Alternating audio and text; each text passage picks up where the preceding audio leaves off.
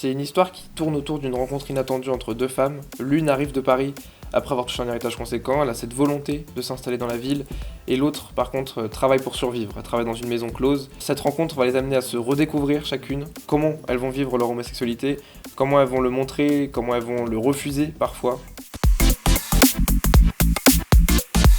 J'ai choisi le 19e siècle par passion, j'avais envie d'écrire sur cette période, de montrer le dynamisme qu'il y a dans ce siècle en fait, par rapport à l'art, par rapport à la littérature. C'est une vraie volonté de ma part de m'intéresser à un moment qui est très important dans l'histoire de l'art.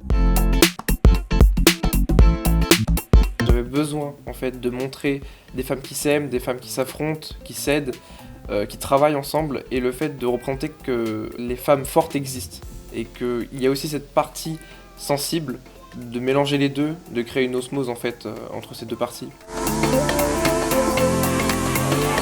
Je conseillerais mon livre en fait à des lecteurs plutôt aguerris qui ont lu en fait du roman du 19e siècle, comme c'est très inspiré.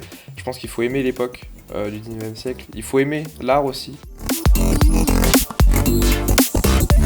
Dans ma tête, j'ai 5 romans prévus, donc oui, j'en ai beaucoup qui attendent. Pour moi, l'auto-édition, ça a de l'avenir dans le fait de se faire connaître. Je veux dire, c'est un bon point de départ, l'auto-édition, pour commencer à avoir des avis sur son œuvre, commencer à se faire une petite place. Je pense qu'on attend tous le moment où l'auto-édition prendra la place de l'édition traditionnelle, et le moment où on pourra se faire connaître en fait par nous-mêmes de A à Z, parce que c'est très compliqué, je pense, dans la communication.